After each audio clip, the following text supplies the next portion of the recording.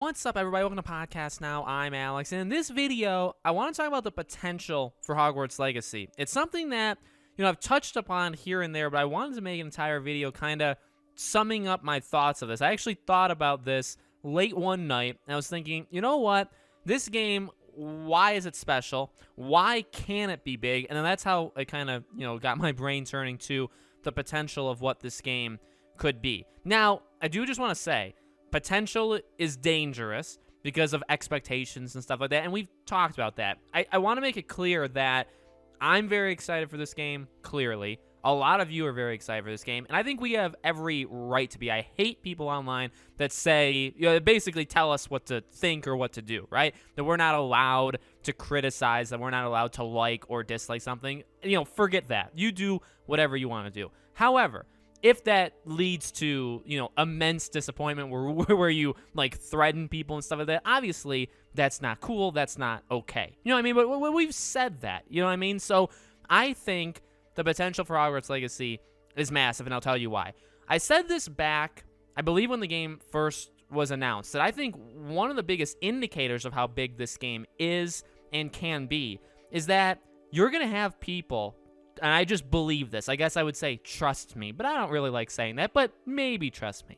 You're going to have people that play this game that don't play games. Now, there's groups of people that play games, right? There's people that maybe only play shooters, or there's people that only play one or two specific games a year. Maybe there's sports fans. There's, people that play fighting games or racing games. I mean, you got genres, obviously, okay? Or you have somebody like me. Like, I pride myself on playing as many different kinds of games. I miss out on some, but I really try to play a lot of games. I play the amount of games I would argue maybe somebody at IGN or Kotaku would play, and they obviously have a lot more resources than me, okay?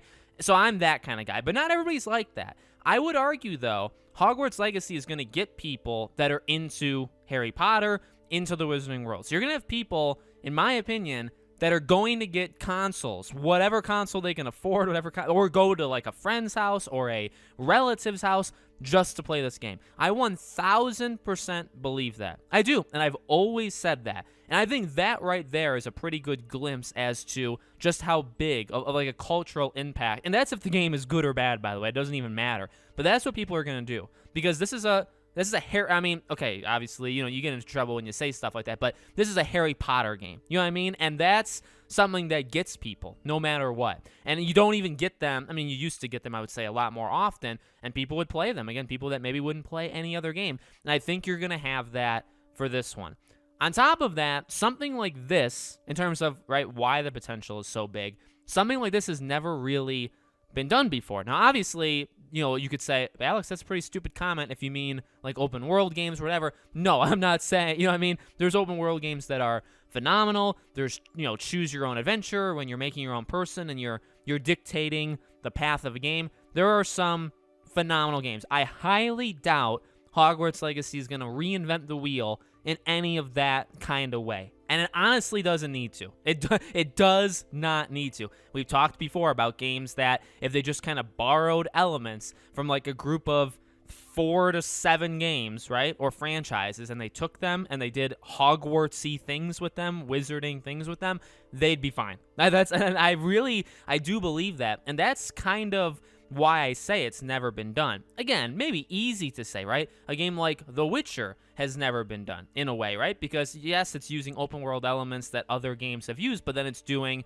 the way, it's doing Witcher stuff with it. It's in the same way Hogwarts, so I guess it could be kind of a cop-out answer, but that's, again, the thing that I'm trying to get through is I don't really think we've seen this before. Like, we've had the movie licensed games, you know what I mean? And some of them are actually pretty good. Some of them are pretty good. Some of them are pretty bad. Some of them are pretty lazy. But some of them are pretty good. Obviously, you have, like, the Lego ones. But, like, we've never seen it like this. We've never seen open world.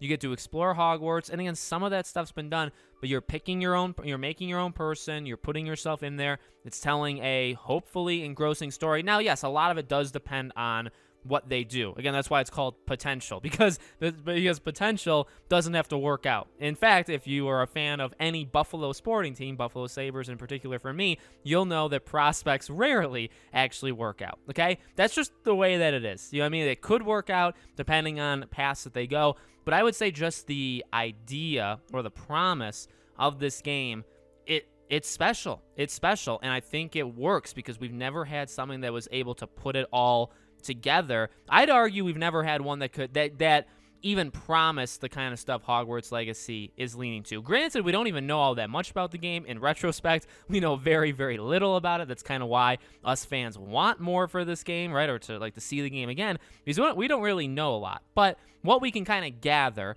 is that a game like this has never really been pitched to us before in terms of the Wizarding World. Then, if the game comes out and it does all the stuff that it says it'll do, or it impresses us or whatever, that's the next benchmark, right? That's the next thing where it's like, yeah, we've never had a game like that. So that's really what it is to me. We've never had a game that can put all these things together in any kind of package, let alone a good one. The first one we know will happen. Like, it's going to come out one way or the other, and it could suck or it could be really good, right? But at least it's coming. And we don't really have a game that's like it in the Wizarding World, out. And then if it's good, I wouldn't say it's bonus points. I honestly wouldn't, because, again, in terms of the whole crowd, we're not allowed to criticize things. I will be critical. I will be very critical because, yeah, it's fine that you gave us a Hogwarts game or a Wizarding World game. That's great. But if the game sucks, I mean, I'm not going to give you points for just giving us a horrible product. I mean, the product needs to be good. So clearly there's more stuff there. But I really think there's a lot going for this game. Honestly, it's clear as day to me.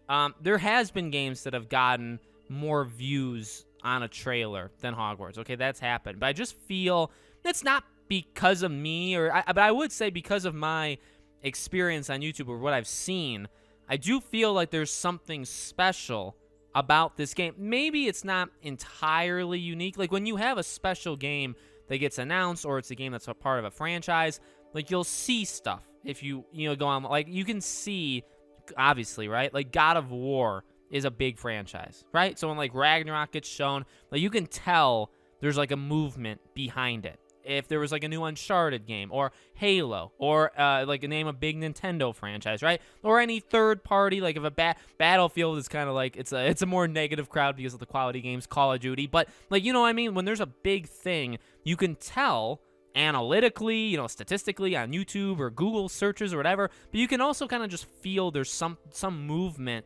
behind it. It's not just a title that maybe is actually going to be better than it, maybe it'll be worse than it, but doesn't have that kind of following. You can tell when certain games, or even like movies and stuff, you can tell when they have followings, and Hogwarts does. Hogwarts does, and it's got very limited amount of stuff that it's working with, right? Because they gave us a one trailer that people are tired of seeing me do over and over again, but there's nothing else to show, and, like, that's it. And look at the excitement still for a game like this. Look at all the people that are still asking for this game, that are asking leakers, hey, do you know anything? That ask me if I know anything, or any news, right? Think about that. It's incredible. It's an incredible thing. It's why the community is so special, and it's why, even with this game in a unfinished state, like it's not out yet, it's why the game already is kind of special. Now, again, it may not be special in a great way when it comes out, because maybe the game sucks, but, obviously we're not there yet. So let me know what you guys think in the comments below. Make sure, as always, you guys are subscribed. For the love of God, please, let's get this game shown next week at the Game Awards. I will be co-streaming it. We've made videos talking about that, right? So I'll be co-streaming the Game Awards if you guys want to watch it with me. Hopefully it's there. All my other social medias, my Twitter, my second channel, our Patreon, and our YouTube memberships are in the description below if you guys want to check them out. Thank you for watching, and I hope to see you all on the next video.